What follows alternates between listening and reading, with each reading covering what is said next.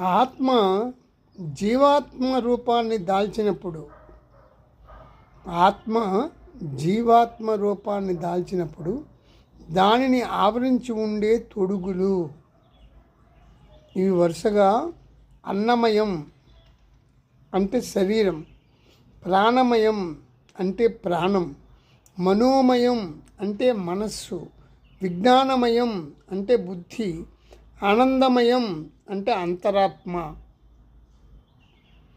ఇవి వరుసగా ఒకదానికంటే ఒకటి సూక్ష్మమైనవి.